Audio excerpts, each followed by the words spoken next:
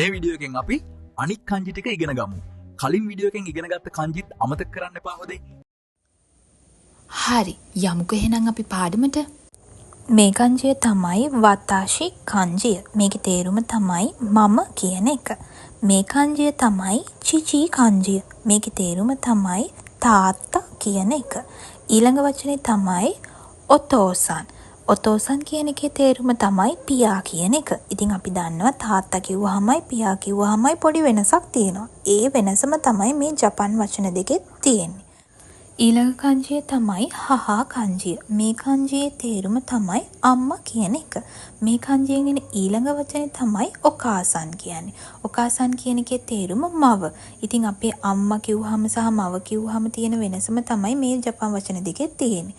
ඊළඟ kanjiය කො kanjiය. එහෙම නැත්නම් සමහර වචනවලදී අපි ප්‍රොනවුන්ස් කරනවා she කියලා. මේකෙන් එන පළවෙනි වචනේ තමයි කොදොමෝ.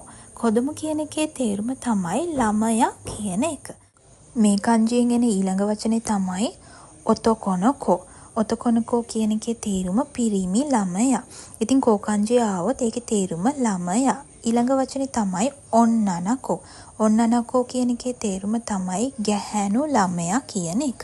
ඉතින් අද අපි වචන 8ක් ඉගෙන ගත්තානේ. වතාෂි, චිචි, ඔතෝසන්, හහා, ඔකාසන්, කොදොමෝ, ඔන්නනකෝ, ඔතකොනකෝ. ඉතින් අපේ වීඩියෝස් වලට මොන හරි සජෙෂන්ස් තියෙනවා නම් අපිට කමෙන්ට් කරන්න අමතක කරන්න එපා. ඒ වගේම ගැටලුවක් තියෙනවා නම් කමෙන්ට් කරන්න අනිවාර්යෙන්ම කියලා දෙන්නම්.